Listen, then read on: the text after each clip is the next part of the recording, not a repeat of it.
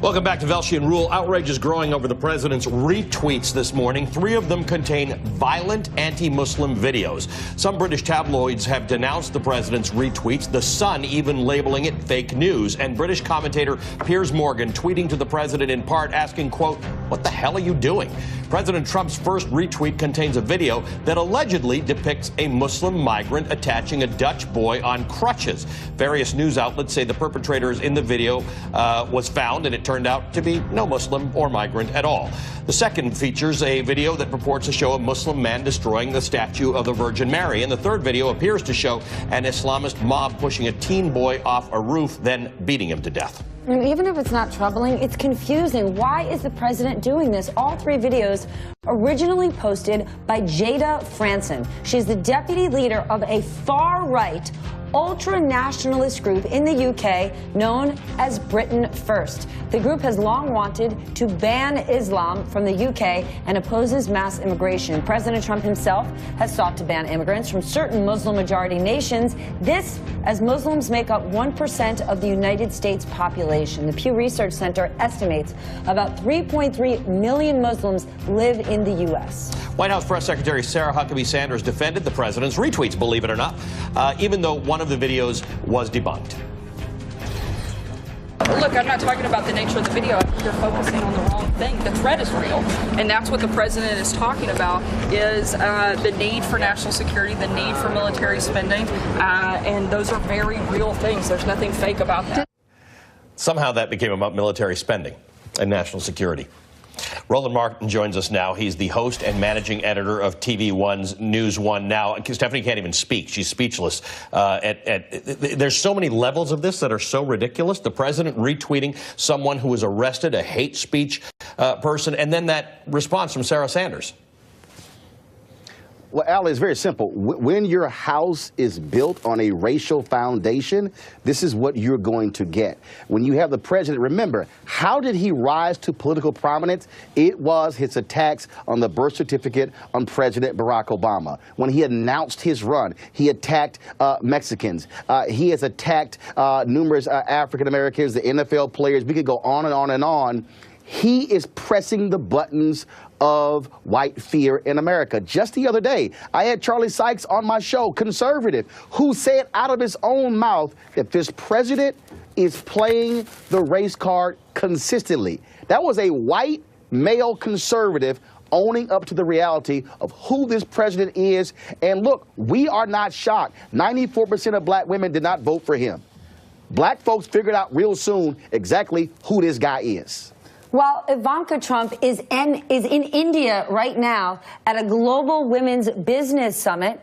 You've got people in that White House. Dina Powell, who founded the Goldman Sachs 10,000 Women Initiative, helping women start businesses around the world. Steve Mnuchin, Gary Cohn, Elaine Chao, Betsy DeVos, all the generals. What does it do to these people and their credibility? I mean, Sarah Huckabee Sanders shot her own credibility standing by the president and defending this. Yeah. But for those who work in this administration and remain silent, when the president, who is on the eve of whether we like it or not, passing an extraordinary tax reform that's a giant win for him. And he tweets absolute garbage. But I need anybody to watch it to understand American history. Who were the people who stood by in Plessy versus Ferguson, in Dred Scott decision? Who were the folks who stood by when it came to Sweat versus Painter? All those Supreme Court decisions. Who were the people who stood by when Marian Anderson was not allowed to sing because the Daughters of the Confederacy and had to sing at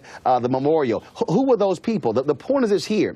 For 398 years since 20-odd Africans arrived in August of 1619, black folks know what this is about. What these are individuals who are consumed by power. And so power corrupts. They will not check Donald Trump because, frankly, they want to maintain their power. Sarah Huckabee Sanders, I don't want to hear anything about her talking from the podium about her daughters and being the daughter of a minister when she is defending lies, defending what he does. This is the fundamental problem with this country. He pushed racial buttons. He played on racial buttons. He was elected in spite of all of that. He was elected in spite of sexism. And this is, if I had had to go biblical. This is when the people said, we want a king, and the prophet made Saul the king, and guess what happened when he lost his mind? And then David came along. It's the same thing.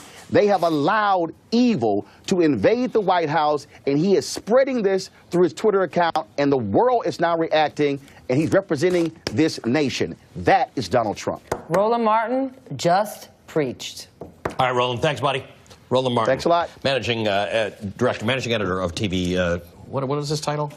News One Now. News One Now. All right, now my favorite part of the show, Monumental Americans, where we spotlight people. And President Trump is under fire today after he retweeted and shared a series of inflammatory anti-Muslim videos from a far-right fringe British political group that has threatened militant action against elected Muslims in the past. White House spokesperson Sarah Huckabee Sanders defending the president's actions today. Whether it's a real video, the threat is real, and that is what the president is talking about. That's what the president is focused on, is dealing with those real threats, and those are real no matter how you look at it. Let's get the inside scoop from the White House correspondent for the Washington Post, Ann Guerin, and New York Times reporter Jeremy Peters, also an MSNBC contributor. And the British Prime Minister Theresa May has issued a statement criticizing what the president did. This is now becoming an international incident. Sarah Sanders can say the threat is real. I don't know what threat she's talking about, since these are several of them fake videos. Yeah, unreal videos. Let's start with the number 10 Downing statement, which was swift and very strong from Theresa May's spokesperson, saying that the British public rejects the intolerance and hatred depicted in and embodied by the far-right group that President Trump is sort of by proxy endorsing by retweeting its material, and ends with the statement that the president is wrong to have done this. There's no direct response from the president or his spokespeople to that criticism yet, but I'm sure it will come, and it further raises the question of what the president's relationship is going to be like, not only with Theresa May, but with the British public, really our most important ally, key to so much of what we need to get done. And we've heard from American Muslim groups, CARE, the Islamic group, in protest of this. I mean, it's racist, it's discriminatory. I mean, you can go down the list. It's also hard to figure out the provenance of why he retweeted this now, where he got it from, except that I think we know that Ann Coulter retweeted some, because some of this has been taken down because it's so inflammatory. Exactly. You know what, though? It's perfectly in keeping with the way that President Trump has spoken about Islam in the past. Remember his comments from the campaign. Islam hates us. This reflects a certain mindset among the far right that seeks to portray Muslims and Islam as a religion that is hostile to Christianity, that is barbaric, and that is inconsistent with American life. And in fact, most recently, after the what we believe to be an ISIS attack in the Sinai against a mosque, he tweeted something about, we still need the wall, that's why we need the wall, the threat is there, as though there's any relationship there. Yeah, it's absolutely, and this is also his pattern of retweeting these types of things fits with what he has been doing for years now. He has an association with characters on the far-right fringe and their fake ideology, from Alex Jones, Milo Yiannopoulos. There are people who have Trump's ear, or at least his eyes, on Twitter that he is not shy about validating, and that is incredibly troubling. And I mean, what about the New York Times reporting that the president is also living in somewhat of a fantasy world? People on the Hill suggesting that he's in the denial of the Access Hollywood tape that he had previously acknowledged, that he makes up stories and tends to believe them, or at least claims to believe them. Well, I mean, I, of course, don't know whether he really is living in a fantasy world, but we've certainly seen throughout his candidacy and presidency a history of him saying things that are verifiably not true.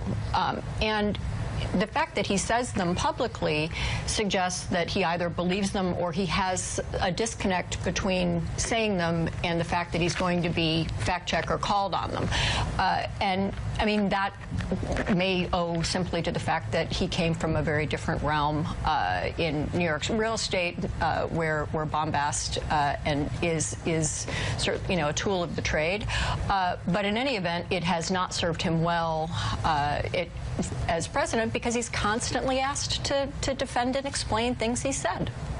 We're going to have to leave it there. Jeremy, Ann, thanks for being with us. Thank you. And coming up, going ballistic, President Trump